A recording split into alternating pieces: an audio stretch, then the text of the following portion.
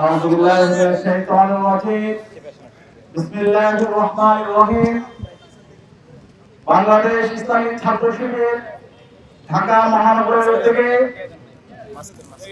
ভারতের মুসলিম স্বার্থ বিরোধী ওয়াকফ চুক্তি পাশের প্রতিবাদে আজকের মানববন্ধনে উপস্থিত বিপ্লবী ছাত্র জনতা, সম্মানিত সাংবাদিকবৃন্দ, আসসালামু আলাইকুম ওয়া রাহমাতুল্লাহি ওয়া বারাকাতুহু।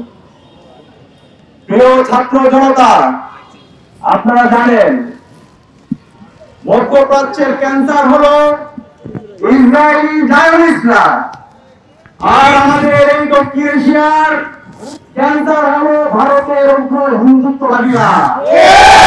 আমাদের এই দক্ষিণ এশিয়ার ক্যান্সার হলো গুজরাটের কসাইরা।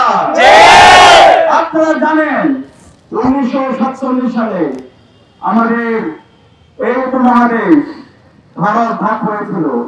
যখন ভারত ভাগ হয়েছিল, ভারতের যে মুসলমানরা ছিল সেই মুসলমানদেরকে ভারতের উগ্র হিন্দুত্ববাদীরা নির্মমভাবে তাদেরকে শহীদ করেছিল, তাদেরকে তাদের ঘর বাড়ি থেকে তাদেরকে উদ্ধার করেছিল। আমাদের অসংখ্য মুসলমান ভাই বোনরা তারা নির্বাসিত হয়েছিল এবং পরবর্তীতে অনেকগুলো সাম্প্রদায়িক দাঙ্গা লাগানো হয়েছে। আপনারা জানেন 1984 সালে শিক্ষার দাঙ্গা লাগিয়েছিল এবং সেই দাঙ্গার মাধ্যমে আমাদের মুসলমান ভাই বোনদেরকে ভারতের মধ্যে তারা কচুকাটা করেছিল। 2002 সালে এই গুজরাটের কসাইরা উগ্র হিন্দুত্ববাদীরা আমাদের মুসলমান ভাই বোনদেরকে নির্মমভাবে তারা হত্যা করেছিল, শহীদ করেছিল। এভাবে অসংখ্য ঘটনা আমরা দেখতে পেয়েছি। আমাদের ভারতে যারা আমাদের মুসলিম বোনেরা আছে তারা হিজাব পড়তে পারে না, হিজাব পরে তাদের স্কুলে যাওয়ার কারণে, কলেজে যাওয়ার কারণে তাদেরকে বিভিন্নভাবে হেনস্থা করা হয়। আমরা দেখতে পেয়েছি আমাদের মুসলমানরা ভারতের মধ্যে গরু জবাই করার কারণে, গরু খাওয়ার কারণে তারা মরণহীন শিকার হয়েছে।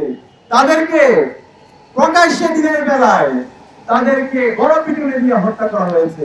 এবং ভারতের যারা সুশীল সমাজের যারা প্রতিনিধি আছে, যারা বুদ্ধিজীবীরা আছে, তারা এই ধরনের হত্যাকাণ্ডগুলোকে বৈধতা দিয়েছে, যেটা পৃথিবীর ইতিহাসে সবচেয়ে ন্যাক্কারজনক ঘটনা। আপনারা দেখতে পেয়েছেন তারই ধারাবাহিকতায় আমাদের কাশ্মীর, যে কাশ্মীরের আজাদির জন্য আমাদের মুসলমান ভাইরা দীর্ঘদিন ধরে লড়াই করছে, সেই কাশ্মীর আমাদের মুসলিম সম্প্রদায়কে তারা কেন্দ্র থেকে শাসিত এবং শোষিত করেছে। এবং আমরা সর্বশেষ দেখতে পেয়েছি 2025 সালের 3 এপ্রিল আমাদের মুসলমানদের পূর্বপুরুষদের যে ওয়াকফকৃত সম্পত্তি আছে, আমাদের যে মসজিদগুলো আছে, আমাদের যে এতিমখানাগুলো আছে, আমাদের যে হেরিটেজগুলো আছে, ভারতের মধ্যে প্রায় 8,000 এর উপরে আমাদের ওয়াকফকৃত আমাদের পূর্বপুরুষদের সম্পত্তি আছে। আমরা যদি সেটা জায়গা হিসাব করি প্রায় 10 লক্ষ একর, সেগুলোকে তারা আজকে অবৈধভাবে তারা এখানে হিন্দুত্ববাদীদের এজেন্টদেরকে তারা নিয়োজিত করেছে এবং মুসলমানদের ওয়াকফকৃত সম্পত্তিগুলোকে তারা জোরপূর্বক দখল করতে যাচ্ছে। মুসলমানদের কালচারকে, মুসলমানদের হেরিটেজগুলোকে তারা ধ্বংস করার জন্য ষড়যন্ত্র চক্রান্ত করছে। আমরা প্রতিকে সতর্ক করতে চাই, আমরা ভারতীয় হিন্দুত্ববাদীদেরকে সতর্ক করতে চাই, তোমরা সাবধান হয়ে যাও। মুসলমানরা বিরাট জাতি, সারা বিশ্বের মুসলমানরা আমরা ঐক্যবদ্ধ।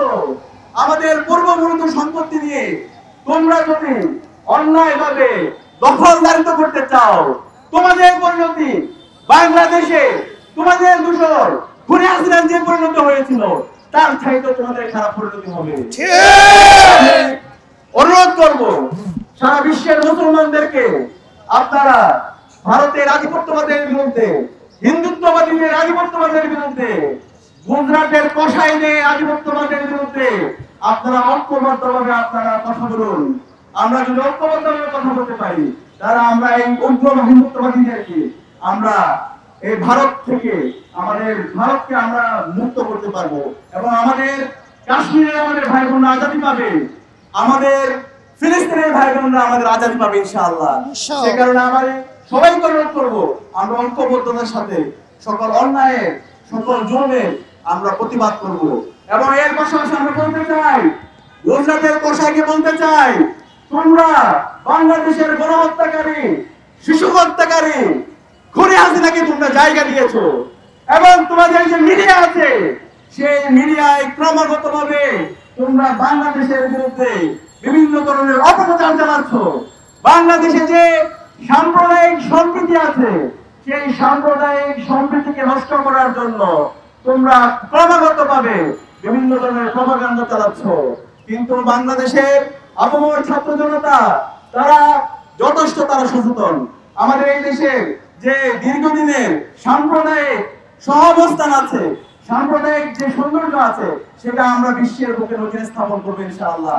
আমি বাংলাদেশের সকল ধর্মগ্রন্থে হিন্দু, বৌদ্ধ, চাকমা, মারমা, ত্রিপুরা, রাখাইন, মুসলমান সহ আমরা যারা আছি, আমরা ঐক্যবদ্ধভাবে এই ভারতের আধিপত্যবাদের বিরুদ্ধে, গুজরাটের কষায়ের বিরুদ্ধে, হিন্দুত্ববাদীদের বিরুদ্ধে কথা বলার জন্য আহ্বান জানাচ্ছি এবং যে বিতর্কিত ওয়াকফ চুক্তি করা হয়েছে সেটাকে বাতিল করার জন্য আহ্বান জানিয়ে আমি আমার কথা এখানে শেষ করছি।